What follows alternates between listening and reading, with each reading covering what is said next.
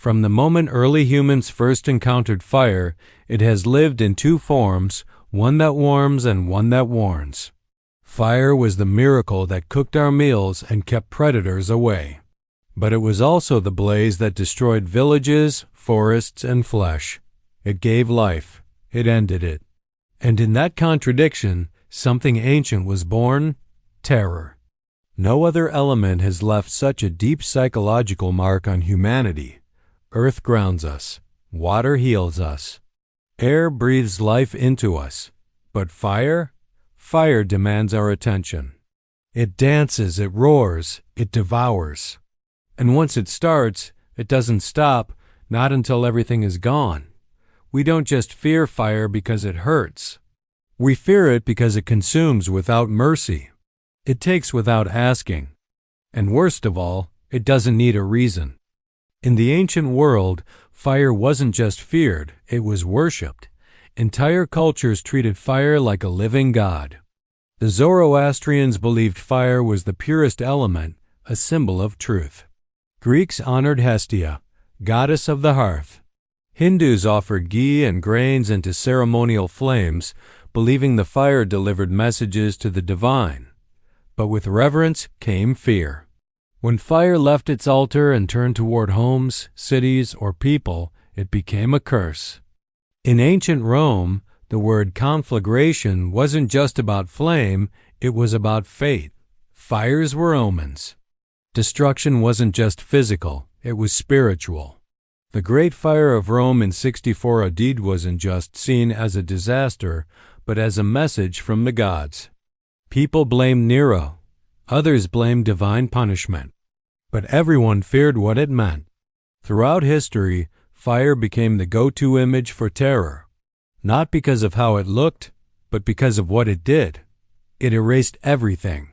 And in a world where memory and legacy were everything, erasure was the worst punishment. In medieval Europe, fire took center stage as the most terrifying weapon of law. To be burned alive wasn't just death, it was spectacle, a final warning. When someone was tied to a stake, it wasn't about one life, it was about many. It was about fear traveling faster than fire itself. Villagers would gather to watch, not because they were cruel, but because they were scared. They needed to see what could happen. They needed to feel it in their bones, because if they felt it hard enough, maybe they wouldn't make the same mistake.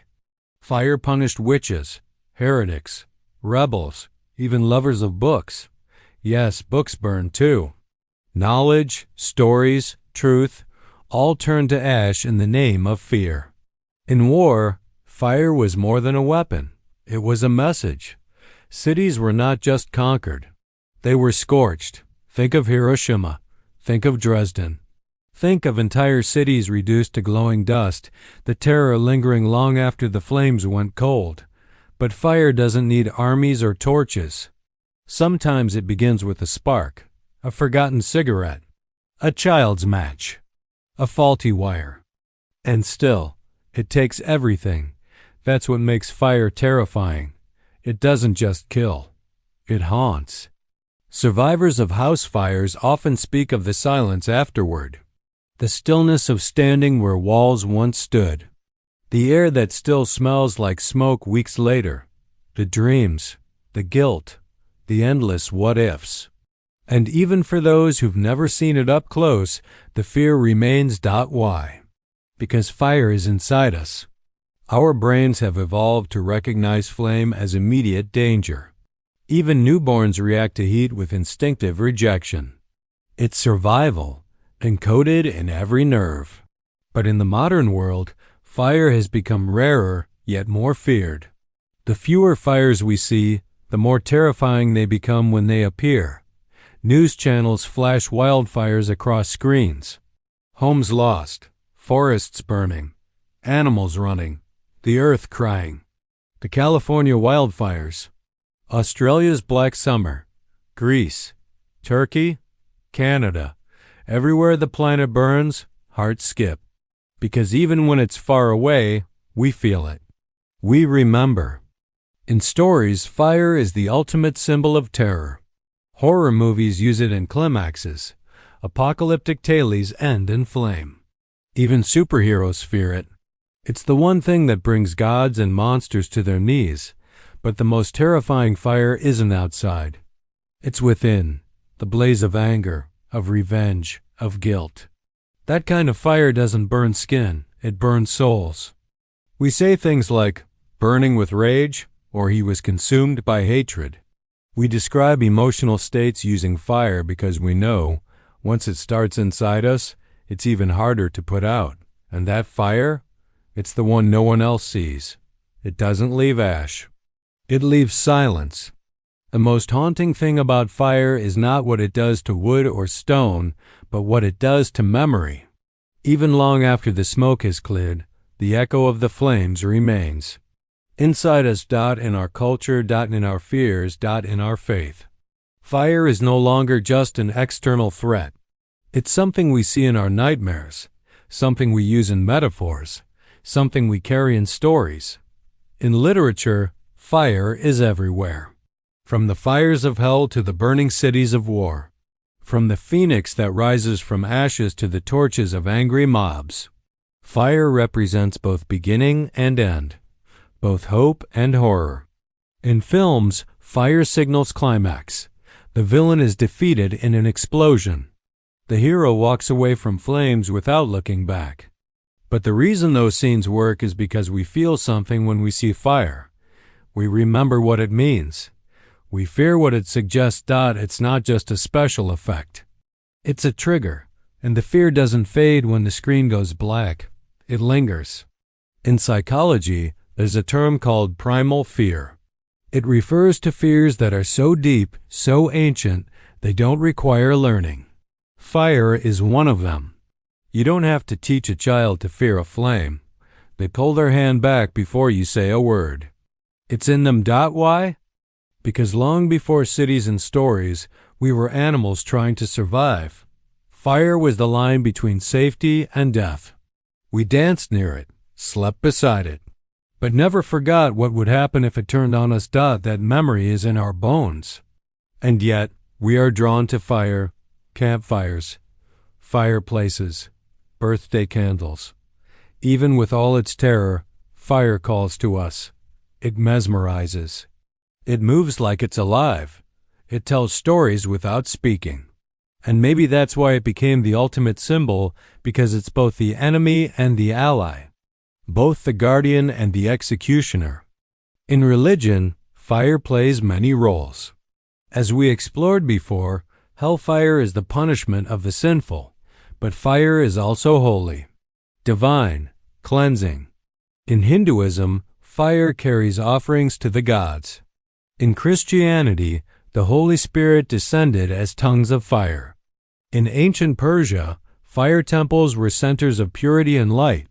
So why is something so sacred also so feared? Because that's the power of fire. It cannot be boxed into good or bad. It simply is, and what we project onto it becomes a reflection of ourselves. In modern society, fire shows up in protests, in revolutions. Cities burning on the news are not just disasters, they're messages. They speak of anger, of injustice, of people who feel unheard until the flames rise. Fire, in these moments, becomes a voice, but it also becomes a warning that when systems fail, people don't whisper, they burn. On the other side of that, fire is used to honor, eternal flames for fallen heroes, candles for the lost, lanterns released into the sky. So how did fire become terror? Because it reminds us of everything we can't control. We can't predict it, can't fully stop it, can't undo what it takes. When fire comes, it erases, completely. And we fear that kind of finality.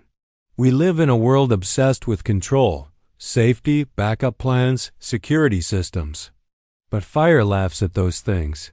One spark, one forgotten plug, one dry forest. And it's all gone. That's why we call it terrifying. Because it proves in seconds how fragile we really are. But fire also reveals something else. Resilience. People rise from ashes. They rebuild. They remember, but they move forward. They carry the scorch marks like medals of survival. Artists paint with reds and golds. Survivors write memoirs. Historians preserve ruins. Psychologists help others overcome phobias rooted in fire trauma. We do not forget. But we do not give in. The blaze within, the fire of fear, grief, rage, can destroy us. Or it can fuel us. It can burn bridges or light the way. And that choice, that moment, is where power lives. In every person who has stared at flames and walked forward anyway. In every soul who survived what tried to consume them. So when we talk about fire as a symbol of terror, we must also talk about it as a symbol of truth. Because fire reveals. It exposes weakness. It tests strength. It forces transformation. And in that transformation, we find what truly lasts. Not the building, not the clothes, not the furniture. But the spirit. That's what survives. And that is why, even though fire terrifies us, we keep it close. Because maybe it's not just a threat. Maybe it's a teacher. Maybe the blaze within, when understood, is the very thing that keeps us alive.